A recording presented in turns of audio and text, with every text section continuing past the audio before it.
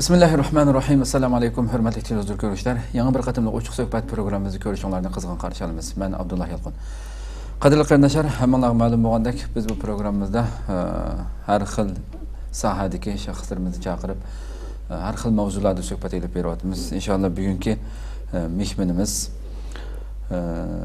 Finlandiya Uyg'ur madaniyat markazi raisi, shuningdek Yevropa Islom instituti o'qituvchisi, Finlandiya Islom birlik tashkiloti bosh kotibi, shuningdek Sharq Turkiston o'limalar birligining qurg'uvchi a'zosi hurmatli doktor Muhammad Aliyni taklif qildik. Qimmatli vaqtini chiqarib olgan kapaganlar uchun ko'p rahmat aytamiz. Rahmat, Alloh razı olsun. Alloh razı olsun. Oldindan biz doktoramda Turkiyaga bo'lgan ziyoratingiz sababli istiqloldan bundan bir qancha qatim suhbatlarda bo'lgan bo'ldingiz, ismimni qilishcha. Oldindan sizni biraz tunib o'tsak, albatta sizni dunyoning har qaysi joylaridagi nurg'un qarindoshlarimiz tunuydi. Bundan keyin ko'rmoqchi bo'lgan yangi ko'radigan qarindoshlarimiz uchun sizni tunib o'tgan bo'lsak. Bismillahirrahmanirrahim. Alhamdulillahi robbil alamin vel aqibatu lil muttaqin. Vessalatu vesselamu ala nabiyyina Muhammedin ve ala alihi ve sahbihi ecmaîn. Amma ba'd. Benim ismim Muhammed Ali Ataullah. Vatanimiz Şarkı Türkistan'ın Xuten Qaraqash'tan. Ben chet elga 20 yaşımda çıqqan. Bir necha yil chet elda o'qish jarayonida Yamanda va boshqa yerlarda o'qish orqali oxirgi meniki bitim Finlandiya bo'ldi. Finlandiyada yashayapman hozir. Yashayotgani 12 yil bo'ldi. Xo'sh. 12 yil bo'ldi. 12 yil bo'ldi. Xo'sh, endi siz albatta ustingizda qarasam bir muncha vazifalar bor ekan-da. Mayli Finlandiyadagi Uyg'urlarimizniki asosli faoliyat qilayotgan madaniyat markazininki beshida usti vazifa etib o'ylayapsiz. Shunday Islom instituti o'qituvchimiz Finlandiyadagi oldi bilan Uyg'urlarniki vaziyati haqida biroz tushunish ba'zan ularniki qilayotgan xizmatlaringiz, Islom birlik tashkilotidagi xizmatlar degandek mavzularni o'tgan bo'lsak. Oldi bilan men bu ziyoratni o'rlashtirgan qarindoshlar ve sizga ko'p rahmat aytaman mush fursatni berganligingiz uchun. Finlandiyaningki ahvoliga kelsak, Finlandiya shimoliy Yevropaga joylashgan. 5 Skandinaviya davlatlarining biri. 1917-yili mustaqil bo'lgan davlat ekan. Xo'sh. Bu yil 101 yilligini tabrikladi Finlandiyaningki. 5,5 milyon etrafında halkı bakın. Hem de Uygurlarınki Finlandiya'ya yerleşiş ahvali tahminen bundan 20-25 yıl etrafta başlanıp diken. Tunca bulup gelgen bizim vatandaşlarımız şu yerde okup doktorluk ve başka kasıplarda işleyen qarindoshlarimiz bakın. Ondan keyin Finlandiya hukumati Uyg'urlarni nihoyat yaxshi biladi ekan. Chunki bizniki til sistemimiz biraz yaqin keladi o. Shunami? Deb shu 6 oy til sistemasiga kiradi Finlandiya tilimi deb shunday qaraydi ekan. Bu jihatdan Uyg'urlarniki bir Finlandiya xalqi bilan azaldan bir aloqasi bor deb qaraydi ekan bular. Finlandiyada hamda keyingi kunlarda vatandagi zulm haddi hisobsiz eşqalliq sababdan shu yerga panolangan va boshqa sabablar bilan kelgan qarindoshlar bo'lib, Finlandiyada hozir taxminan bir 300 Uyg'ur bor deb taxmin qilamiz. Oilaliklar bilan qo'shganda. Shu 70-80 oila. 100 ga yetmagan bo'lishi mumkin. Tarqoq o'rnashganmi yoki yaqin? Bularninki 80-90% asosliq shu poytaxt Helsinki'de turdi. Az sondagi qarindoshlarimiz boshqa shaharlarda turdi. Xo'sh. Hamda bu 70-80 oila, ya'ni 300 dak Uyg'ur Finlandiyada yashayapmiz. Sonimiz az. Hamda boshqa yerga qaraganda bir az sonimiz azroq. Ama burun ya'ni kim shu ijtimoiy faoliyat ahvollarimiz bek yaxshi edi. Keyingi kunlarda biraz suslashib qoldik. Xo'sh. Bunda bulaşta şu vatandaki zulüm ağırlaşıp bağlan sıra bazı qarindaşlarımız biraz faaliyet katnaşmaya turup dursak yaxşı buldu oxşaydı dep oylagan buluşı mümkün her halda. Burunqi ijtimai alaqalarni biraz yo'qotib qo'ydik. Shundadimi bo'libmi shu musulmonlarninki ikki cho'ng hayit, ro'za hayit va qurbon hayitidan iborat shu bayramlarda bo'libmi hammamiz bir yerga jam bo'lib yaxshi faoliyatlarni qilib bir yerga jam bo'lamiz. Xo'sh. Agar faoliyat urlashtirib chaqirilsa yanalar ko'pincha sondagi qarindoshlarimiz keladi bir yerga jam bo'lib birga munosabatda bo'lamiz. So'zingizda masalan azlab qoldi faoliyat u yerdagi qarindoshlarimizniki zulm oshgan lekin bir yerga to'plashib bilan faoliyat qilsak vatandagi oilamizga ta'sir etadigan degan sabablikdanmi azlab qoldinglar yoki? Shunda bo'lsa kerak deb qaraymiz. Chunki hamda shu bu faoliyatlarga aralashmay tursak ota-onamizga bir falokat yoki boshqa bir ansizliklar kamisi ekan deb shu vatandagilarni ko'zda tutib qatnashmagan bo'lishi mumkin deb farz qilamiz. Ammo oxirgi hisobda Finlandiya bo'lsin va boshqa davlatlar bo'lsin bunda o'zimizdan tortib turishning foydasi bo'lmadi. Bo'lmaganligini his qildik qo'y. Foydasi bo'lmadi.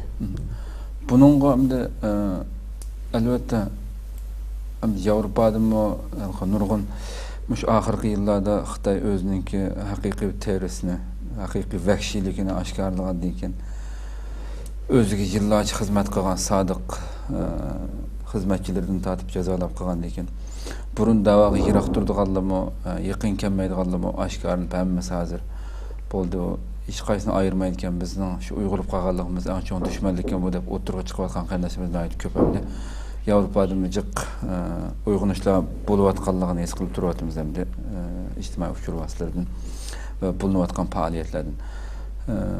Buningga shunday bir passiv ide albatta buningki Xitoydan bir xil yig'ilmasak yoki o'zimizning ishini qilib yashasak chiqilmasmiki degan fikrning tamoman xato ekanligi oshkorlandi. Bu fikrni yo'qotish uchun ham sizlar jamiyat bo'lib subtonlar bilan qanday xizmatlarni elib bordinglar masalan, o jamiyat qanday bir ish o'rni bor, bir muqim bir jamiyatmi yoki bunday ishdan sirt qilingan bir jamiyatmi? Buning qarta bir qanday xizmat elib bordinglar xalqqa? Jamiyatniki ahvolimiz hamda bizning Finlandiyada 2 dona jamiyatimiz bor. Finlandiya Uyg'ur madaniyat markazi va uningdan burunroq qurilgan Finlandiya Sharqiy Turkiston jamiyati. Bu ikki jamiyatninki asosliq nishon maqsadi shu yerdagi Uyg'urlarni bir yerga jam qilib imkon qadar o'zimizningki milliy va madaniy va shundaqla dinimiz birinchi bo'lib dinimiz urf odatlarimizni saqlab qolish uchun xizmat qilamiz deb bu nishon g'oya bilan jamiyatlarni qurgandik. Xo'sh. Baştaki Finlandiya Sharq Turkiston jamiyati nomida Uyg'urlarni yig'ish imkoniyati bo'lmadi. Chunki bu biraz shu mezgillarda vatanga berib qildiganlar ko'p bo'lg'achqa keyin biz o'ylashib, ya'ni madaniyat ismida bir jamiyat quraylik deb ikkinchi jamiyatimizni qurdik. Her halda biz ikkala jamiyatniki odamlarimiz o'xshash qarindoshlar shu, ammo faoliyatniki turi bir az o'xshashmaslik bor. Endi urun masalasida biz bir necha yo'tkilib urun tutdik, kiratladik. Boshda qarindoshlarimizga a'zolik jadval taqib, a'zolik badal pul o'tashni talab qildik. Nəhayət aktiv qatnashdi. 1 yil atrofida biz bir cho'ng urunni tutib, shu yerniki kirasini to'lab hem masjid hem madaniyat markazimiz hisobda faoliyat qildik. Keyingi kunlarda yani bu mu ba'zi bir qarindoshlarningki shu vatanga bu ahvollar beribdi, unda bunda degandek gap so'zlar bilan bu ishlar to'xtab qoldi. Hamda hozirgi ahvolda bir islom vaqfininki o'rnini ishlatyapmiz. Shu yerda bir 410 metr atrofda bir yerimiz bor. Hamda o'sha yerda bizning ayrim bir ishxonamiz bo'ldi.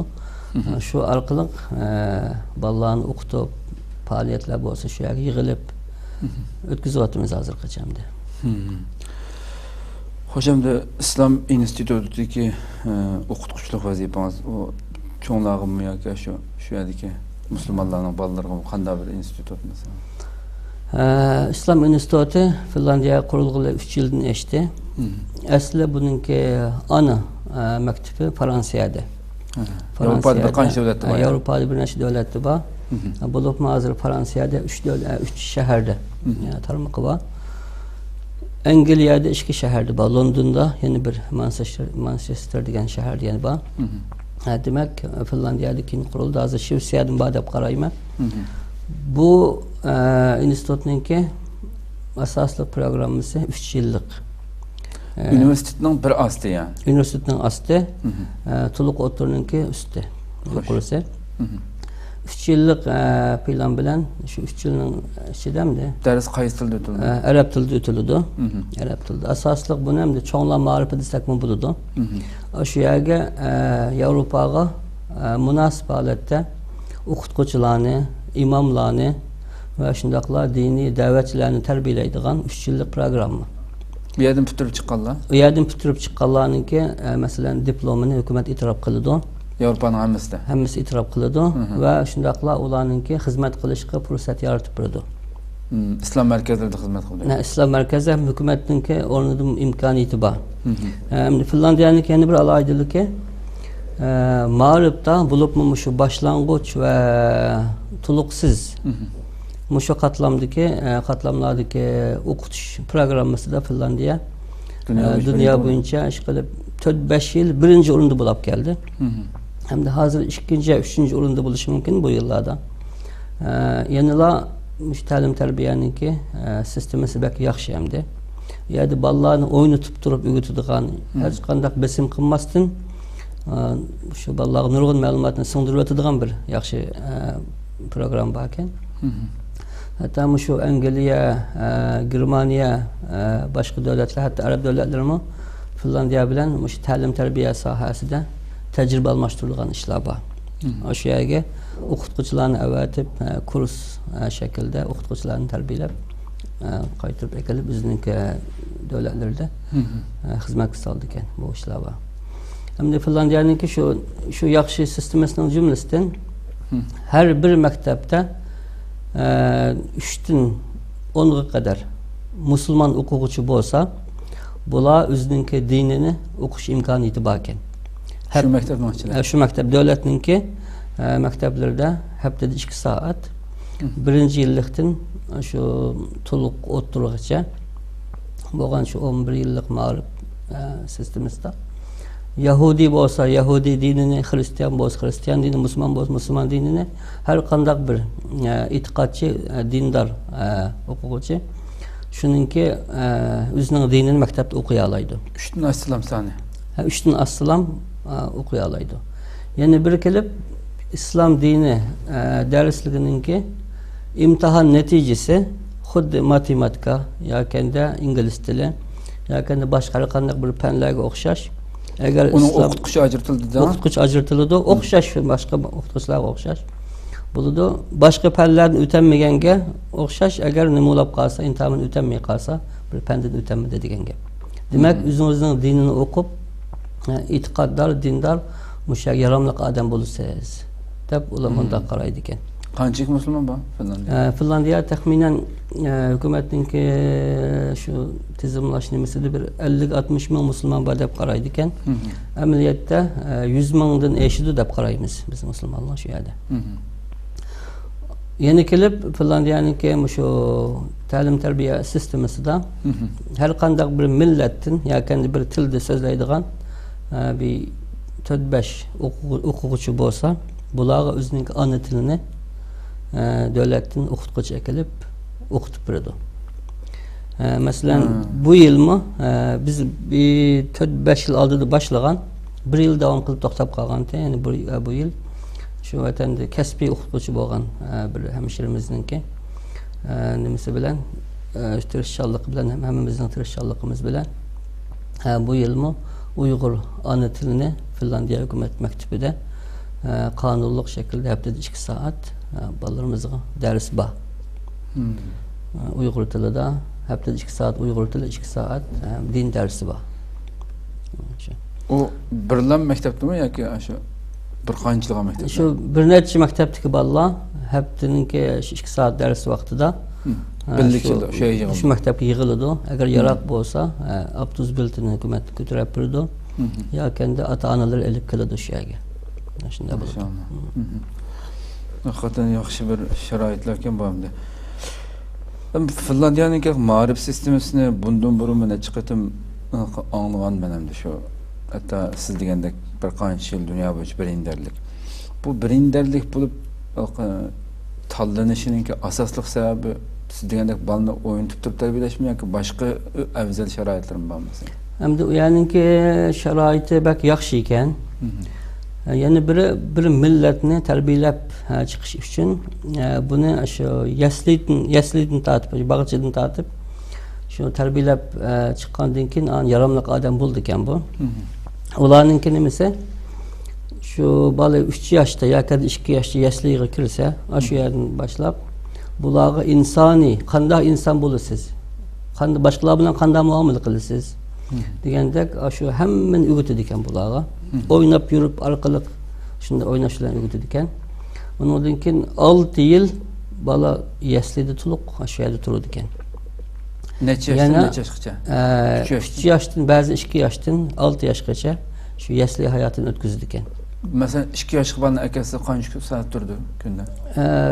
Ba'zi 4 soat, ba'zi 5 soat, ammo normal yaslining vaqti atgan soat 8 dan kech soat 4 gacha yoki 5 gacha bo'ldi. Normalda 8 dan 5 gacha. Uzun ekan hakikaten. Uzun. Ammo ota-onalar burun akilman desa, uni deb qo'ysa bo'ladi yasliga. Boshqa bo'ladi. Shu orqali hatta boshlang'ichniki tayyorlik sinfini u yerdagi bolalar yaslida o'qiydi ekan. O'ynash orqali. Ularninki tamiqi demak har bir 4 balaga yoki 4 o'quvchiga bir ustoz to'g'ri keldi ekan. 4 balaga. 4 balaga. Onun xuddi o'zininki balalarini asragandek. Hamda ularda shunday bir xizmat yaxshi qarash bor ekan hamda. Hatto ba'zi kichik balalar uydan yaslini yaxshi ko'radigan. Yaslini ortiq biladigan. Bu darajada yaxshi muomala o'xshash. O kiyimlerini ko'rgizayotgan, tozaligini qilayotgan, tamoqini yegizayotgan, shu darajada yaxshi qaraydi ekan ularga. Shunday sistemalik. Hatto bir yaslining ichida yeshiga ko'ra balalarni bo'ladi ekan. 1 yoshdan 2 yoshgacha, 3 yoshdan 4 yoshgacha deganda shunday bo'lib nima qildi ekan. To'liq 7 yoshga kirgan vaqtida boshlang'ichniki 1-yilligiga kirdi.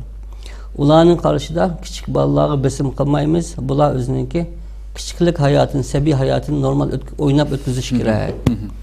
Ular aldirab nega boradi? Deydi ekan. Oxirgi hisobda 18 yoshga to'shgan chog'da to'liq o'tirinib bitirib chiqadi ekan. Shu tariqada. Shu tariqada. Yana biri ularga ortiqcha topshiriq berib bolalarni hodiryotadigan ish yo'q. Uyda topshiriq yo'qmi? Yo'q, uyda topshiriq bor, ammo ayt az. Az sanlar shunday ekan. Maktab hayotimi hamda bularninki. Bir o'qituvchi boshlang'ichniki 1-yillikdan tortib bolalarni o'qitishga boshlasa, ta 6-sinfgacha shu bir o'qituvchi tutadi. O'xshash o'zi tutmaydi ekan, chunki bolalarning psixik ahvolini o'zi bilgach ekan, qanday muomala qilishni bildi ekan. Shu shaklda. Bu bir ikkinchi biri ularninki yana bir afzalligi o'qituvchilarni tarbiyalashga alohida ahamiyat berdi ekan. Buni ma'lumotlardan ko'rdik. Eng oz deganda Finlandiyadagi o'qituvchi bo'lgan odam magistr bo'lish kerak. Magistr bo'lish kerak. U faqatlam bilim bo'lganligiga o'qituvchi deb qabul qilmaydi ekan. Ularninki haqiqiy o'qituvchi bo'lishga salohiyati to'lash uchun o'qituvchilik ayrim kursi bor ekan. U bilim boshqa gap, u bolalarni o'qitish uslubini o'rganish, qanday muomala qilish. Buni ayrim yana o'tadi ekan. 3 yillik alohida shunda tarbiyalaydi ekan. Bu yerdan chiqqandan o'qituvchilar. Undan keyin ham bo'laydi ekan. U yerda yana biri ota-onalar bilan maktablarning ko'p bo'lgan o'tirisidagi aloqasi alohida ekan. Chunki har bir bolaninki ota-onasi ham maktabdan shu tor orqali ma'lum bir to'rbati bor. Shu yerdan bolalar kechikkan, yaxshi o'qigan, o'qimagan kundalik har bir bolaning kundalik ish izini o'qituvchi yezib qo'ydi ekan to'g'ri. Shu şekilde. Hem siz hem de ba'zan 2 yoshdan boshlab o'sha kichik vaqtidan boshlab kunda 5-6 saat. Yani biz hem de Müslümanlar cemiyeti bo'lib üstümüzden balaninki sizce hem de ijobiy tarafı bu bo'lsa salbiy tarafı onaning mehr muhabbetisiz cho'ng bo'lishiga kichigidan boshlab menda oiladan ayirib ba'zi ota-ona qilib bermaydigan ishlar masalan siz degandek hammani to'rtta qilib berib butunlay erki o'gitildi-da bu bolamdi. Nimani xolis shuni qildigan shaklda. Bu ishga bu salbiy tarafdan ta'sir olmaydi buniki. Endi buniki men 2 yoshda deyishim, 2 yoshda bolalarni ota yasliga berish majbur emas. Masalan, eğer ishlayotgan ayol bo'lsa-mu, ishlayotgan ayol homildor bo'lib, agar tuqqan bo'lsa, 3 yil damalish haqqi bo'ldi ekan. Maoshini to'liq olib turib. 3 yil ash bolaga qaraganlik o'zing xizmat hisoblanadi ekan u yerda. Xo'sh.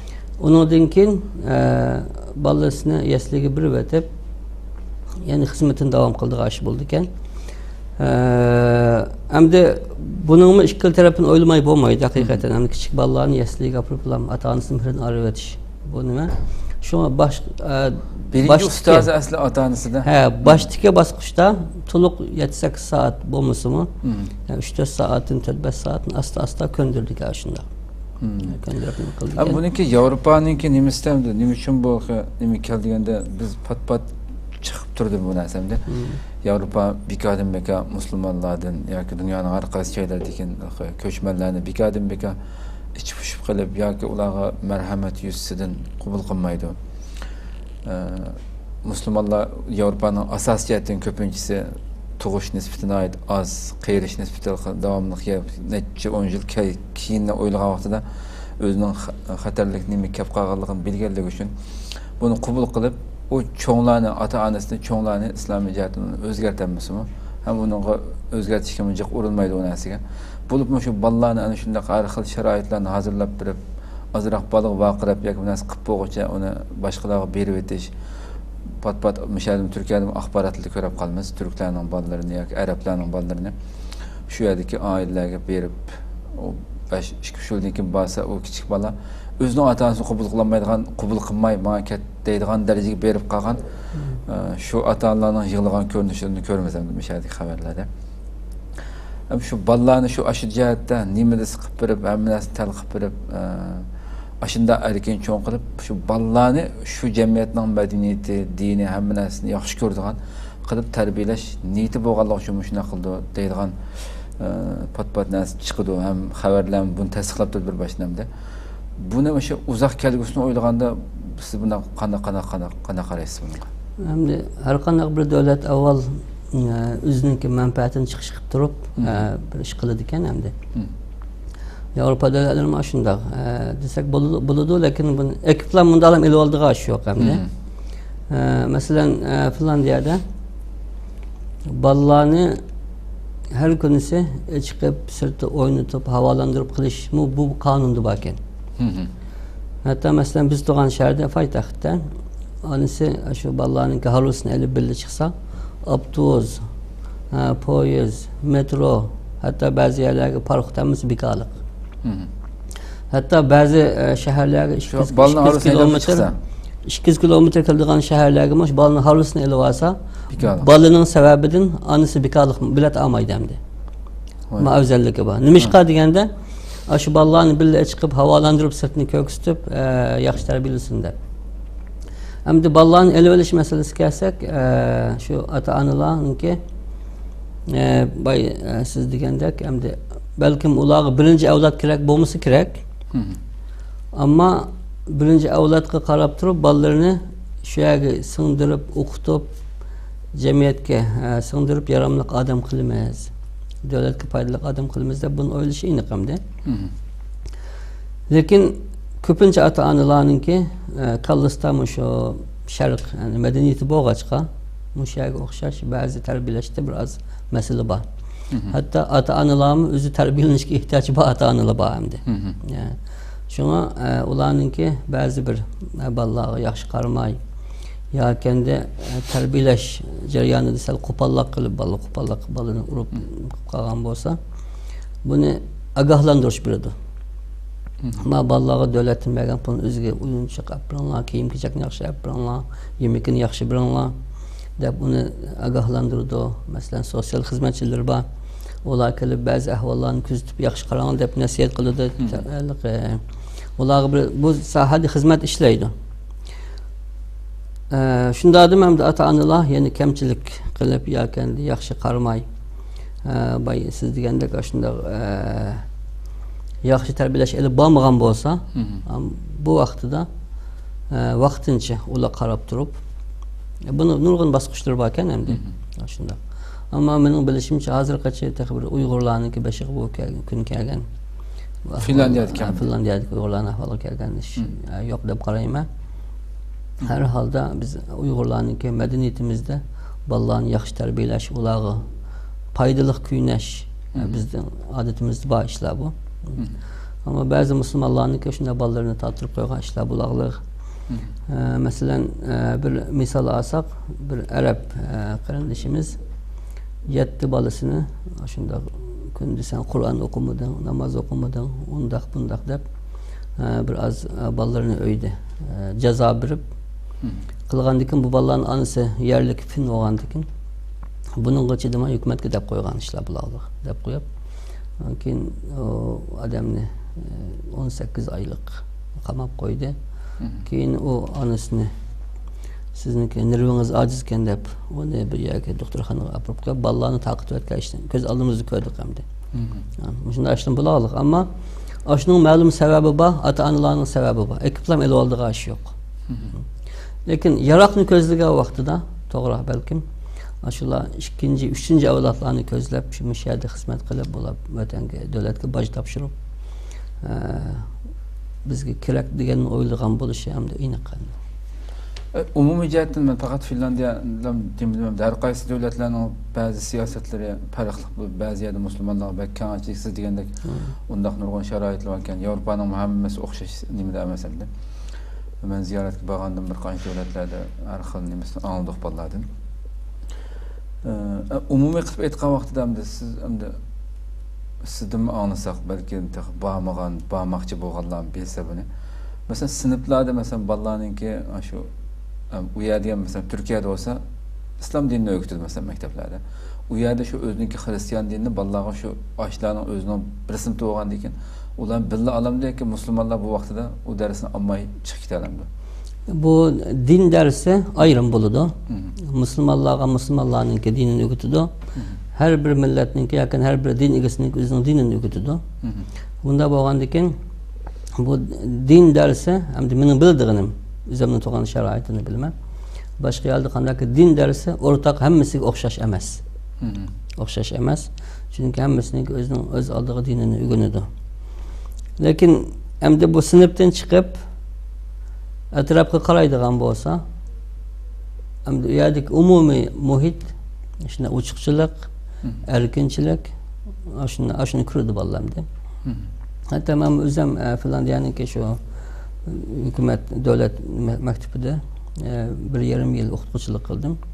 Şu jarayonda bolalarga shuna diqqat qilsam, agar o'qituvchi yaramliq rasmiy yaxshi odam bo'ladigan bo'lsa, 2 soatning ichida bolalarga nurg'un narsalarni o'rgatish imkoniyati bor ekan.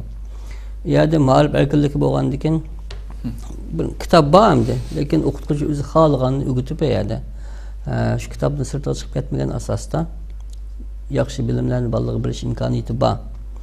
Lekin sinfdan chiqib u bolalar shunda diniy darsni anglab, namoz o'qishni o'rganib, ro'za tutish degandek shunda yaxshi darslarni anglagan bilan sinfdan sirtga chiqqan vaqtida bu yerda boshqa muhit hamda.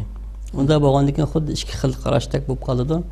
Ammo ba'zi ota-onalar uyda yaxshi tarbiya berganlik uchun, hatto oxirida Qur'on kurslari, tarbiya maktablari bo'lganligi uchun yana uning o'rnini to'ldirg'ili bo'ldi ekan. Şuna menimki bu cihati tavsiye qildiğim amal ba şu Avrupaga bardigan qarindoshlarimiz Müslümanlar to'pidan ayrılmay, Müslümanlar arasida yashab, bolalarninki hech bo'lmasa bir azan, masjidlarda azanni anglab turib yashaydigan sharoit imkoniyati bo'lsa, men shuni o'zimniki orzu qildiğim shu o'zim shuni tavsiya qilaman, ko'nglimdagi shu. Hamda her bir ailenin, her bir Uyg'urninki beşimiz kelganlar hamda nurg'un ishlar bor. Her bir aileninki o'zininki ma'lum hamda qiyinchiliklari bo'ladi. Shunga ko'ra ish qilsa bo'ladi deb qarayman. Demak, nagadan bormayli biz Uyg'urlar bir-birimizdan ayrılmay bir yerga jam bo'lib hamkorlashib shunday yashasak inshaalloh nurg'un xizmatlar o'tirib chiqishi mumkin. To'g'ri deysiz. Hamda hakikaten ish qilib buni zil masalamdi. Tartish kerak bo'lgan hamda her aile o'xshamaydi siz degandek madaniyat safasi, diniy tushunchasi u bu degandek hamda Muşamda har xil qiyinchiliklar oxirgi kunlarda Turkiyada nurg'unlagan qarindoshlarimiz ash taraflarga ketishga majbur bo'layotdi yoki shu yerni xohlab ketyapti degandek har qaysi davlatlar ketyapti. Bu men degandek uzun nimani mezgilni o'ylagan vaqtida siz ham Sharq Turkiston o'lmalar birligininki quruvchi a'zolardan birisi. Bir insonningki bir oilasidan, bir naslidan o'zi bo'lmasligi mumkin. En köp bo'lsa balası bo'lmasligi mumkin. Siz bir diniy odam bo'lib chiqdingiz bilan shuning nasldan kunlarning birida tamoman o'z madaniyatiga, o'zining diniga zid bo'lgan bir yo'llarda mangdigan o'nlagan naslning yetishib chiqib davom qilishi uzun kelgusini o'ylamoqda. Chunki inson nasl davom qilgan muddatcha bu hamda uzun maqdamdi bu. Nakaga maqdu qiyomat qoyim bo'lg'ishamdi. Shunda bir naslninki ashundoq yetishib chiqib, ashundoq bir yerda mangdigan tamamen ne medeniyet ne din yok olup ketken bir şekilde mağduran bir neslininki peyda buluşuğa sebep bulup kalışı bir atanınki. Bu cihetimi oylayan vaxtıda mesela siz qana qaraysiz bu işlerine? Şimdi bayı degendek bunu umumyüzlük kılvasak bo'lmaydi. Umumyüzlük bası bo'lmaydi ekan belişkirakda buna digili bo'lmaydi ekan. Her halde her bir aile başlığı bo'lgan dada yoki ata-onalar bolalarninki kelgusini o'ylash kerak endi. Buni masalan har qanday ziyonninki o'rnini to'ldirg'ili bo'ladi. Bu iqtisodiy bo'lsin, ijtimoiy bo'lsin, qanday bo'lsin. Lekin bu dindan ezib ketib qolsa, bu dindan chiqib ketib qolsa yoki endi Alloh saqlasin, boshqa bir dinga kirib ketib qolsa, buningki o'rnini to'ldirg'ili bo'lmaydigan bir cho'ng ziyon endi. Evet. Shuning uchun belki Türkiye'ninki vaziyeti unda uzun davomlashmasligi mumkin, yaxshi bo'lib ketish ehtimoli bor. Biz sal yaroqni ko'rgan vaqtimizda yana men tavsiya qildirim. Amal bor, musulmonlar to'pidan ayrilmagan, agar faqat imkoniyat bo'lmagan sharoit bo'lib qolsa, buning hukmi boshqa, islomning istisno holat boshqa bo'ldi hamda. Lekin bir yaxshi bo'lib ketadi deb o'ylasa, inson tirishidi ekan, uningki yeydigan rizqini Alloh taolo beradi. Nereden bo'lsa tirishsa, belki shuni bir igilik tiklab o'z yo'l topa oladi. Endi biz Yevropada nurg'un ishlarni ko'rdik. O'zi shu yerga berib dinni Yevropada haqiqiy tushunib, shu yerlik yaxshi odamlarga aralashib, da'vatchi bo'lib ketganlarmi bor? O'zi burun dindor bo'lmaganlardan.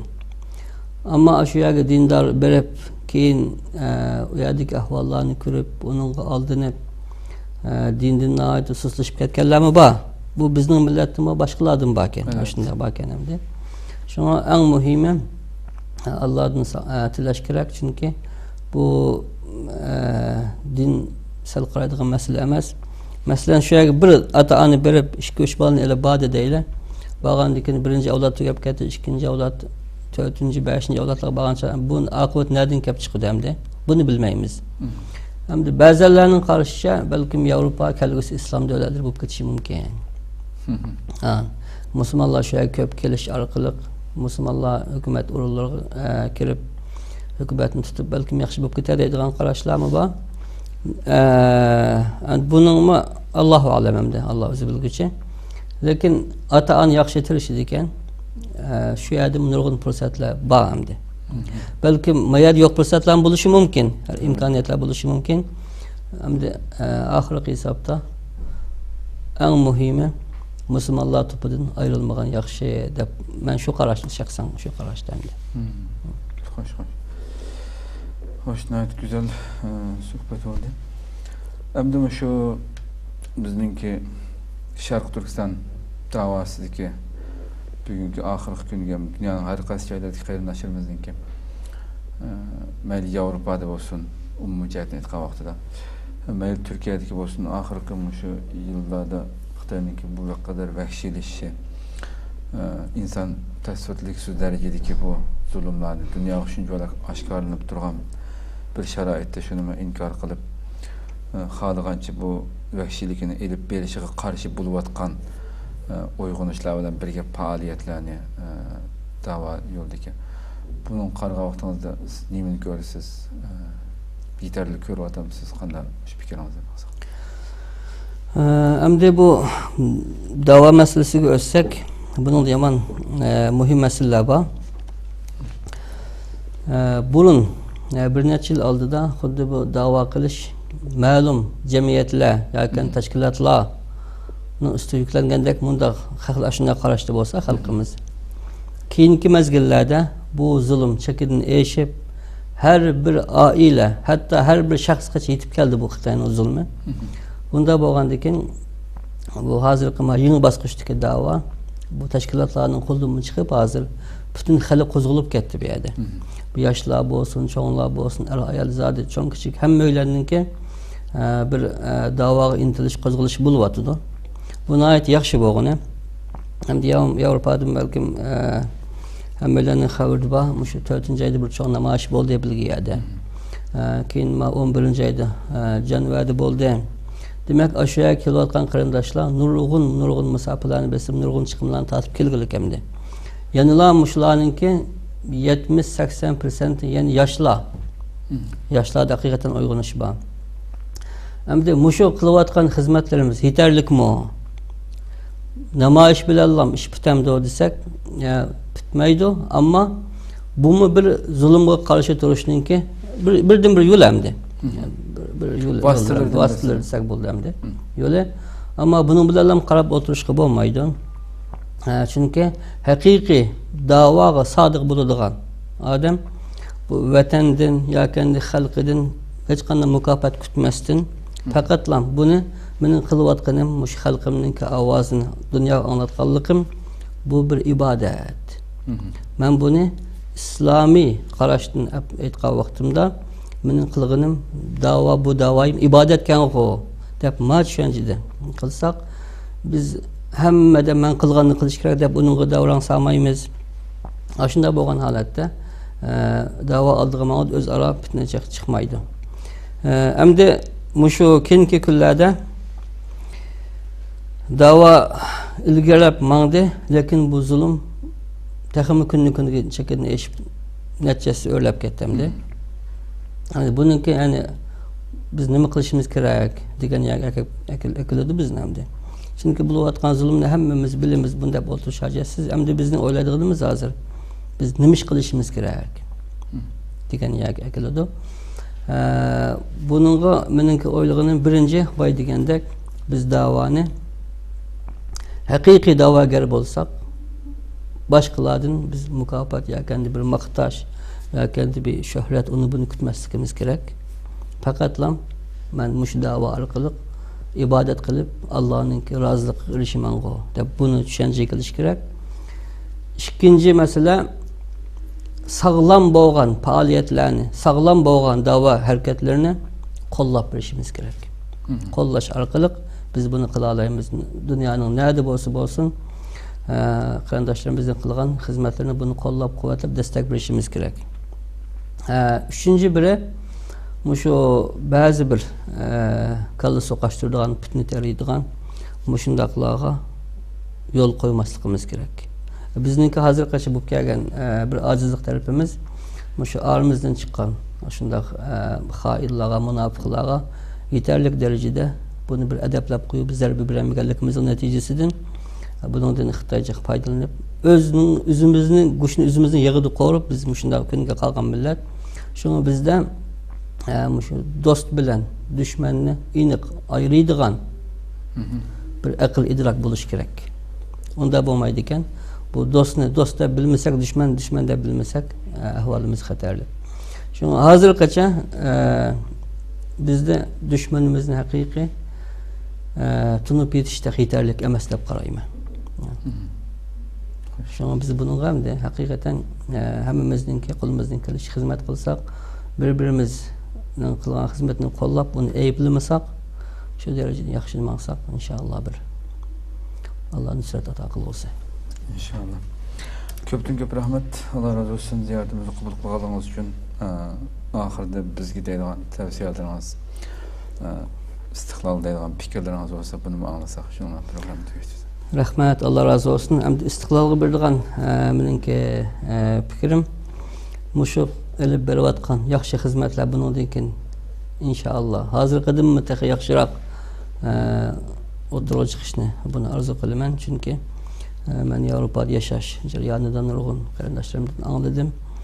Istiqlolninki taraqqiy qilib yaxshi kundalik xabarlarni yetkazishi ham qarindoshlarning tirishini yaxshi bo'layotidi. Bundan inshaalloh keyingi kunlarda taxmin yaxshi natijalar qo'lga kelsa deyman.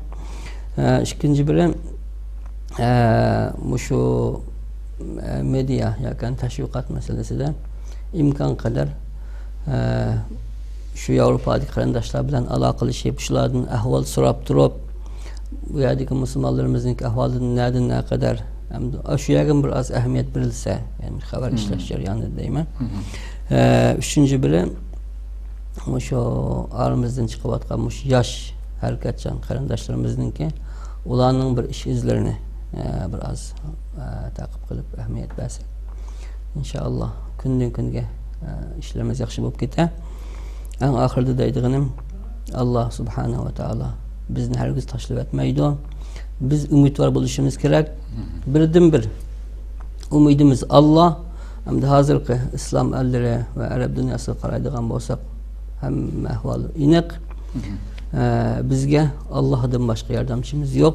Biz Allohga esildikanmiz. Allohning yordamini talab qildikanmiz.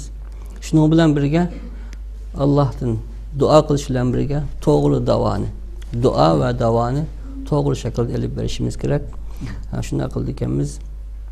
Hozir vatanimiz ozod bo'lmagan taqdirdami, biz bu davoni davom elib manganligimiz uchun ajr olamiz. Ham shundaqla bu davoni bu o'zimizniki haq huquqimizdan iborat bo'lgan bu ulug' sharafli yo'lni kelgusi avlodlarga qoldirib ketalaymiz deb qarayman. Köpten köp rahmet. Ahirde pek mühim bir narsa unutib qolibman. Aslında başta soruşum kerakdi buni. Siz ham de islom davlatlarida o'qigan baştaki o'qishingizni Yamanda o'qidingiz. Yaman. Bizning mushuncha vala ig'ir bir ichinishli xalqi kelib qolganligimiz islom dunyosiningki bir parchasi Uyg'ur xalqi Sharq Turkiston. Dindosh bu qarindoshlarninki bu qadar vahshiy ahvolga tushib qolganligini bilgan mediadan hammasi qarg'umi qo'liqi bilan anglab bo'ldi deganimda. Hiçbir İslam dünyasının en bizni qo'llaydigan Türkiye mi jim turib olayotgan bo'lib hukumat doiralari shunday bir sharoitda tunugun masalan Indoneziyada tarixiy bir jihatda qarindoshlarimiz shu yerdagi nurg'un tashkilotlar Indoneziya tarixida mencha tunji qatim buncha keng ko'lamda nurg'unlagan shaharlarda keng ko'lamda bizni Uyg'ur xalqini saqlab qolish qarindoshlarimizga ega chiqamiz deb u qadar cho'ng namoyishlar, faaliyetler bo'ldi. Hem bo'lyotdi. Bunda islom dunyosida o'qigan bir bo'lishibdingizlar ham islom dunyosiniki bu qadar sukut turib olishi. Ham Indoneziya qanday bo'lib bunday biz uchun sakrab chiqib qoldi. Buni qarata tushuncha qildi. Hamda bu islom dunyosi yoki arab dunyosini umuman qaraydigan bo'lsak, biz buni tushunishda xalq bilan hukumatni ayirib tushunishimiz kerak, davlatni ayirib tushunishimiz kerak. Ko'pincha islom ellerida bu hokimiyat yoki hukumatniki sus qarayotgan Xitoylar bilan bo'lgan diplomatik munosabatlarda bizning masalani o'tirib qo'ymagan ishlar aniq ko'rinib turibdi. Bu davlatning masalasi. Lekin xalqni bu tayoqda yedigili bo'lmaydi menimcha. Ammoviy xalq, musulmonlar, bizningki ahvolimizni bildigan nurg'un musulmonlar bunga haqiqatan ichinishlik ahvolda qaraydi. Hem şu xalqimizga zulm bo'lib ketdi, Turkiston xalqiga deydigan nurg'un musulmonlar bor. Bunu ayırıp tushunishimiz kerak. Ama Indoneziyada bo'lgan namoyishni men tunugun boshdan ko'rdim. Hatta bular namoyish qilib bir yerga borganda bizning vatanniki bo'layotgan ahvollarni tasvirlab drama ishlabdi. Dramam shunda ta'sirli ekan shun. Saqchilar. Amaliy ahvol ashu. Hamda ba'zi bir Uyg'urlardan ashurproq yaxshi faoliyatni qilibdi ular. Allah ulardan rozi bo'lsin. Shundaqla yanilar bizningki islom ellari bo'lsin, Yevropa, G'arb ellari bo'lsin. Bizningki qildigan ishimiz hamda ashularga texmi dardimizni anglatish. To'g'ri, hamda dardimizni Allohga anglatsak bo'ladi. Lekin bu insoniy dunyosiga nurg'unlar bizning ahvolni bilmaydi ekan. Hatta bu qatim Makkada yig'indimi? Balkim shu bizning ahvolimizni 70-80% aşağıya ulamolar bilmaydigandek his qildik hamda. Uyg'ur kim desa buni tushuntirib qo'ygan bo'lmaydigan darajada ekan shu. Hamda buningki bir tarafi ularning kamchiligi bo'lsa, yana bir tarafi bizga keladi. Nimishqa? Haqiqiy zulmni tatgan, haqiqiy bu ochiqni tatgan, bu ochiq zulmni tatgan xalq biz.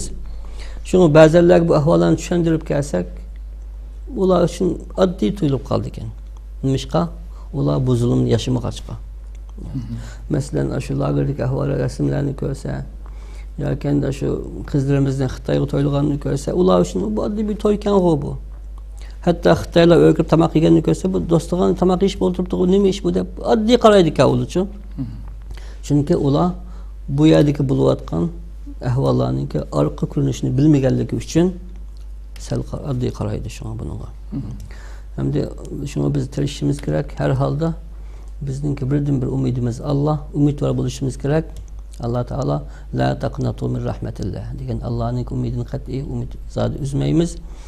Shu asosda bu yo'lda biz hayotimizning oxirigacha agar bu yo'lni biz to'g'ri deb tushunib e'tiqod qilgan bo'lsak, oxiriga shunda mangmiz.